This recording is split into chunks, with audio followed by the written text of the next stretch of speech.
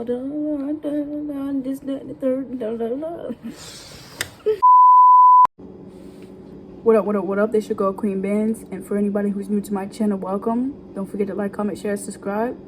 With that being said, based on the title of this video, we're going to talk about bootcamp experience and any advice for anybody who is trying to join. The first thing that I would like to say is, please, I'm begging you, please do not join. It's like, now I'm playing with y'all. I'm kidding.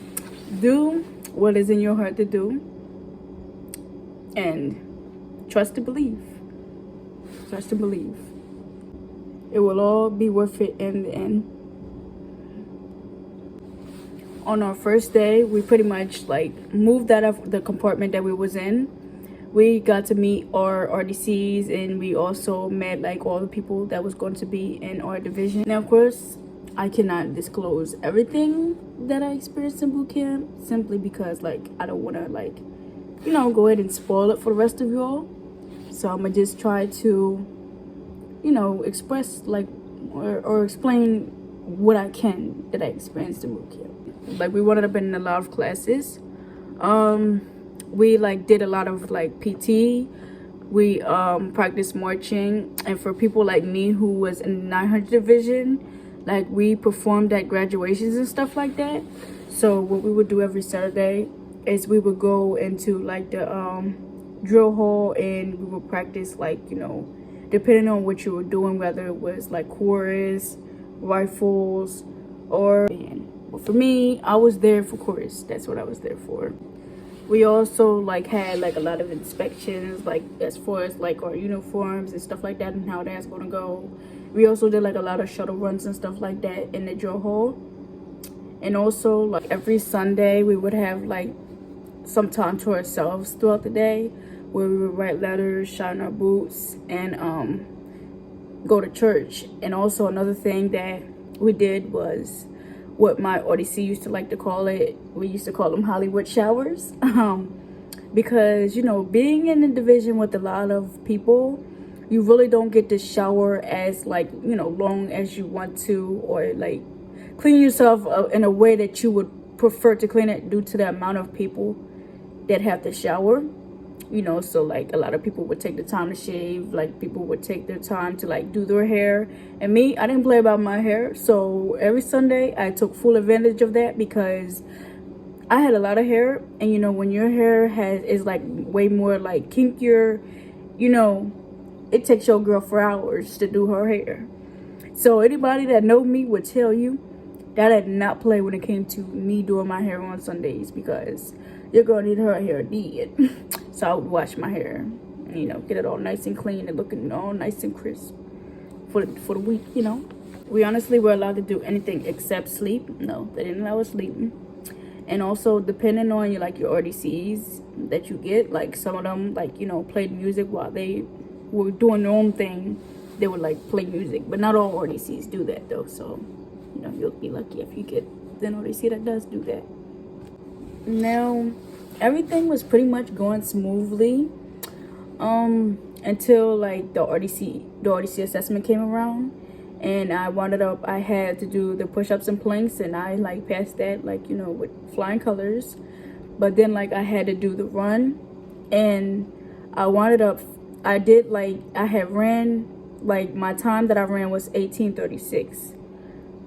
However, based off of the age that I was at the moment, I had to run 16:15. And so and that is with like, they give you like a 90-second leeway, but even with the 90-second leeway, like that's like 16:15 was exactly how much leeway time was available for me. And because I got 18:36, I didn't pass, I failed. They had gave me another chance, which they normally do. Like, they give other people that fail a second chance.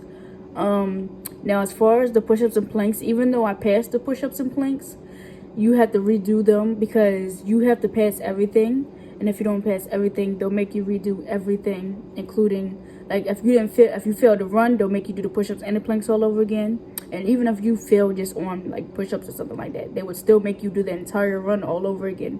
It doesn't matter, like, if it's something that you didn't pass, you would have to do all of them all over again.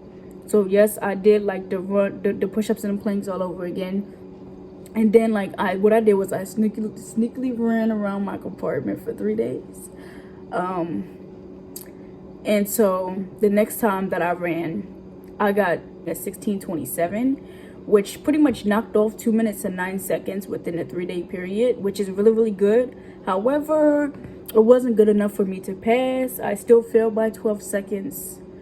So I wound up getting asthmatic. P.S. If you don't know how to do push-ups and planks, believe me, you will learn just like that.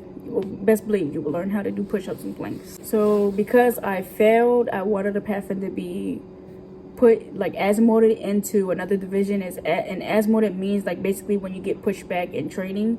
Like when you get asthmatic, it doesn't always mean like either means that you failed something, like as far as like the running, you could have gotten injured, or like if you got in trouble or something like that, you tend to get like, you can get asthmatic, which is like pushing you back weeks. So for me, I technically was supposed to get pushed back like I was supposed to do 2 Tech 2. I was supposed to be on 2 Tech 2. 2 Tech 2 is like basically like the second week of boot camp, and then 2 days the second day of that week. However, I wound up being pushed 1 Tech 5, which is literally the first week, which is literally still in P days, on the 5th day. I would have graduated October the 29th. However, it quickly got pushed back to November 19th. So yeah. But the only reason why they pushed me back that far, because like that was the only like the closest one that they had that was close to the time that I needed to be pushed back in. Now, as far as the people that was in the division that I had gotten asthma out of, like it was like none of us who had to get asthmated. And also there was literally somebody like that's not in my division, but that person had failed by 1 second, literally 1 second, and they wound up getting asthmated. However, like regardless, like that just goes to show you that regardless of whether it was second, they don't care if it was half a second. If you didn't make that time, then you failed, and they don't care if it's a second, half a second. It doesn't matter, you still failed. So yeah, after I got asthmated, like they wound up helping me. After I got asthmated, they put us like in this thing called prep, where like if it was for people for the PFA or like the people that failed the RDC, they would have them go there like at least 3 times a week, and they would have them practice their run and stuff like that. I mean, as far as it benefiting me, I feel like I benefited more from me sneakily running around in the compartment than that, simply because like it kind of did tire you out a little bit, because you know, not only are you going there 3 times a week to practice your running there, but you also had to do like the exercises and the runs with your entire division plus that together. So it really would tire you out. So I mean, I wouldn't say really benefit. I mean, me running around my compartment did, but like, I mean, for some people it did help. I mean, I did knock off some time from me running in prep, so I guess it kind of did like, you know, help somewhat, but it does kind of tire you. Now, once I got into my second division, I actually did wind up passing the RDC assessment the first try. And then as far as like by the time the PFA came, the PFA is like the official thing where it doesn't give you that 90-second leeway. You have to actually pass it, and like, which means that it wouldn't be 16:15 no more. It would be exactly 14:45. So that's exactly the time that you would have to have ran. However, for me, luckily my birthday was in October. So by the time the PFA came, yes, the RDC assessment, I still had to do that same exact time. But for the RDC by the time the PFA assessment came, my birthday had came. Like it had passed. It was on the 25th, and I wound up doing it like on the 3rd of November. So since my birthday had passed, my age group has changed. So at the moment I was 19, but I turned 20, which made my age group change for my run. So once I ran, I wound up getting my time changed, which means I got more time added, because of my age group changing, which helped me out a lot because I really did need that extra time. So because my age group changed and my time changed, I wound up doing, I had to run 15:15 instead of 14:45. So I wound up running 15:05. So that like really did benefit me a lot, because if my birthday hadn't came, I probably would not have passed, best believe. Sadly, no, your girl would have, no. I would have been asthmated again. Because I wouldn't have passed that run again. So my advice for anybody who is trying to join, if you know you're a horrible runner, you better practice.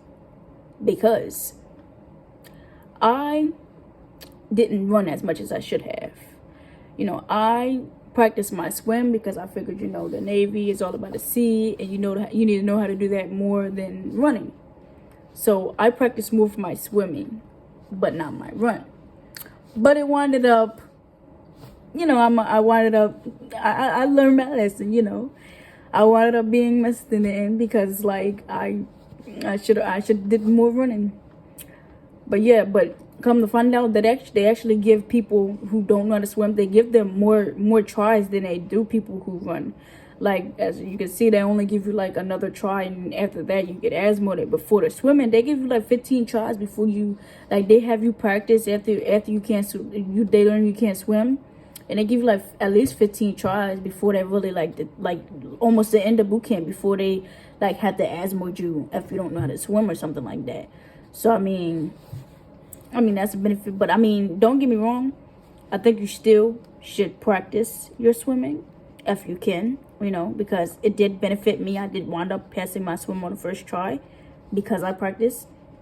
So I'm not saying don't practice your swimming, but you know, of course you still got to practice your run, because more people fail from the run than the actual swim, because you get so much tries on the swim that a whole lot of people failed in the beginning in the swim, but after a while they wound up getting it and they wound up passing. So it's a rarity that you really fail from the swim. It's mostly the run, especially for the female divisions, especially the run for them that they tend to fail in. So my best thing is to actually do the run, actually practice running before you get to boot camp. Don't wait on them and decide, oh, well, they're going to make up for the fact that I didn't run. Actually run on your own, because you're going to need it. It's going to benefit you. Another advice that I would give to people who are trying to, like, you know, are bad at running, is the first thing is to simply at least make your first goal to at least try to run the 1.5 miles.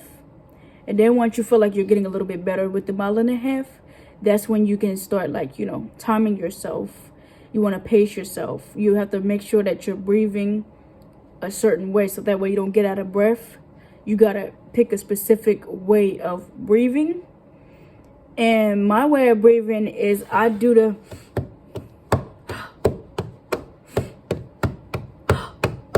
and that's my technique for when I run, and it helps a lot.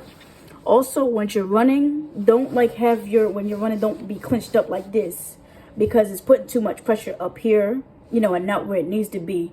So you want to swing side to side, because, you know, move your arms, because once your arms move, your legs move with it. But you want to do it where it's like in a relaxed state versus you all clenched up like this. You put too much pressure on you up here than down than where you want it to be. Also, another thing is, do not look down as you're running, trying to go. Don't do that, because it does not help. And I know a lot of people will go like this when they're running, or like, don't do that either, because it really does not benefit you at all. It makes your stuff worse. Another thing is to try to run more on your toes than your heels. That'll also benefit you.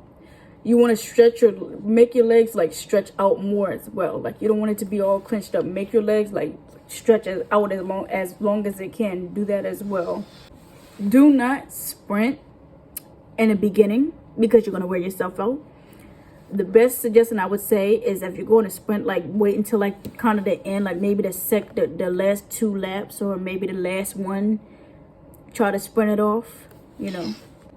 Try to lean a little forward when you run, because once you're like this and trying to run, like your head, you're pretty much picking the weight up from your head as you're running, because you're like all stiff with it.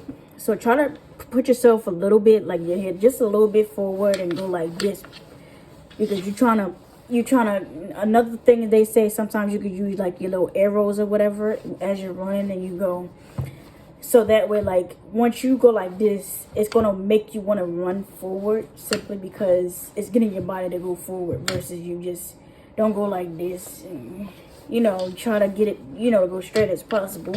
Don't be too stiff with it, you know. Get comfortable with it as you're running. You know, people have their own little techniques of how they, you know, learn to run and get better with their run. Also, do not go all out with your push-ups and planks. Now, of course, you do want to pass your push-ups and planks. However, I suggest that if you know you're terrible at running, not to go all out, because the first thing that you're going to do, you're going to do your push-ups, and then you're going to do your planks, and then you're going to run right after. And if you know that you're not good with running, you really don't want to tire yourself out before you even get started with your run. And I lessened the amount of push-ups I did and the amount of planks I did as well, and it really did help me as far as, like, you know, how like fast I was running, because I wasn't as tired as I was. Another trick that I like to do is take you a big dookie before you start your running, because that really does benefit. That really does help me, because that's what I did. I took a big old dookie and before I ran, and it benefited a lot, because sometimes, you know, your stomach can, you know, hurt and turn, especially if it's not used to running like that. So you really want to, you know, do that. It actually helped me. It really did. So if you're going to practice on your own, that's the exact steps that I would do to practice your run, is to do it in that exact order. So do your push-ups, and then your planks, and then do your run. So that way your body can get used to doing all three of those, that exact pattern, so that you won't get worn out doing the push-ups and the planks, and then that. You want your body to get used to having to do that anyway, because you're going to have to do that anyway. Do not, I repeat, do not jump over the cones. Do not run over them.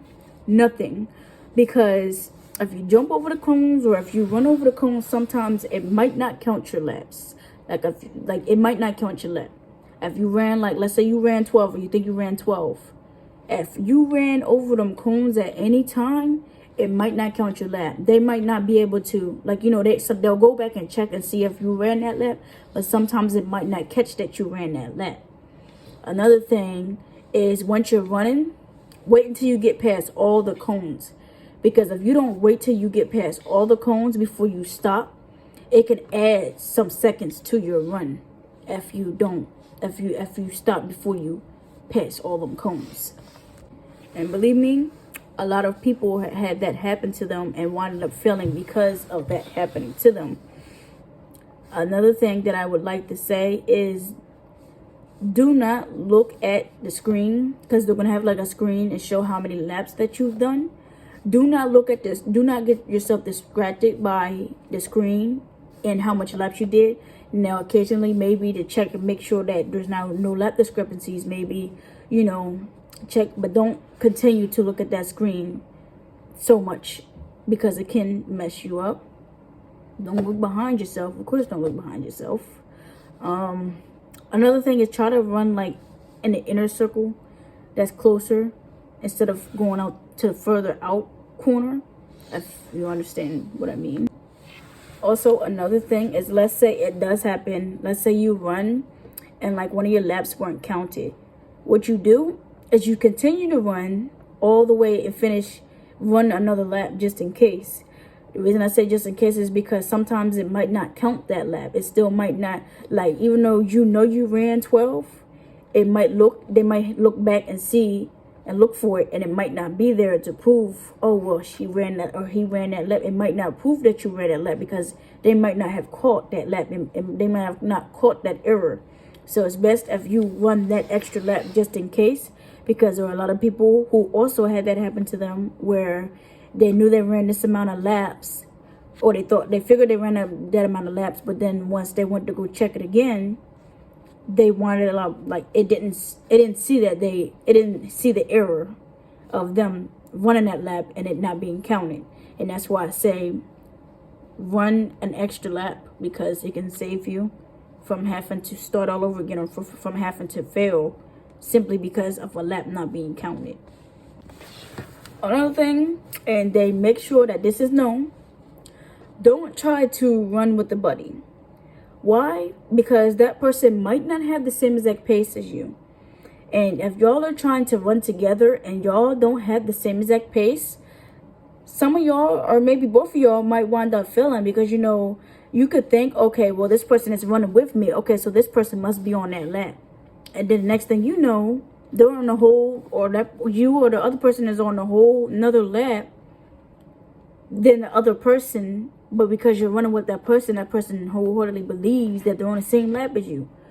So I suggest that you don't try to like buddy up and run with people, because you want to try to get your run in, because you don't know what lap that person is on. It may seem like they're like with you, but still, I mean, yeah, you can have like somebody as your little marker, like, okay, she was here, she's been ahead of me, let's like, and have that person as your marker, maybe where you run. And if you don't see her in front of you, that means that you're going too slow or something's going on, something like that. But do not have them running beside you. You trying to buddy up with them and run, because again, that person might not be on the same lap as you, or y'all might not run the same pace, and then it would really be no point. You just setting yourself up for failure at that point. 2,000 years later. And most importantly, do not, and I repeat, do not stop. If you're going to do it, do not stop, because that takes a lot of seconds away. And literally 1 second can go away. That 1 second can cause you to fail. That's pretty much what it proves. I failed my RDC by 12 seconds. I mean, I didn't stop, but I'm pretty sure I probably slowed down at some point. So don't stop. Remember, what you came there for, to make you be here in the first place. And also, like, don't let negative thoughts affect your potential. Like, if you have to, sometimes it'll help if you like think of the cadence in your head and run to the cadence if you have to. Like, keep your mind, like, keep something, get in your happy place. That's what they say, is to get in your happy place. Like, even with my my planks, I pretty much like thought of my favorite song, and that's what helped me to stay like up there for so long, because I thought of one of my favorite songs that I liked, and which caused me to made me be able to be up for that long. And another thing, for like as far as the push-ups, what helped me to do the push-ups is I pretty much would do the thing where once we did like PT together, they would be like 1 2 3 1 2 3 1 2 3 hey 1 2 3. They would do that like every time we PT'd, and like literally that's what got me to do my push-ups, is I literally thought that in my head, because technically when they're saying 1 2 3, you're technically doing 2 right there. Like, even though it seemed like they're saying 1 2 3 1 1 2 3 2 1 2 3 3, you're literally doing double the amount of that. They literally stop at 10, but technically you really did do 20. So when you're thinking of that in your head as you're doing your push-ups, you're counting it as 10, but you low-key did 20 right then and there. And for some females, depending on her age, all you need to do is 20. So if you can think of that in your head and do like, because it ends at 10, but low-key you did 20. You did double the amount of what you're counting, So that's a good method to really, if you want to do if you're trying to do like the push-ups and stuff like that. To be honest, it really wasn't easy seeing like my old division walk by me all of the time. Like one of my RDCs, like back then, like what he was like, when he said he's basically like, this, regardless, this division is going to graduate with or without you. And he was like, that is up to you. And to know that they're graduating without me, that kind of hit a little hard, knowing that he said that, and then I'm not even graduating with him. That stuff, did hit me somewhat. To be honest, when I got asthmatic, I did lose a lot of hope. I feel like I let everyone down, including me.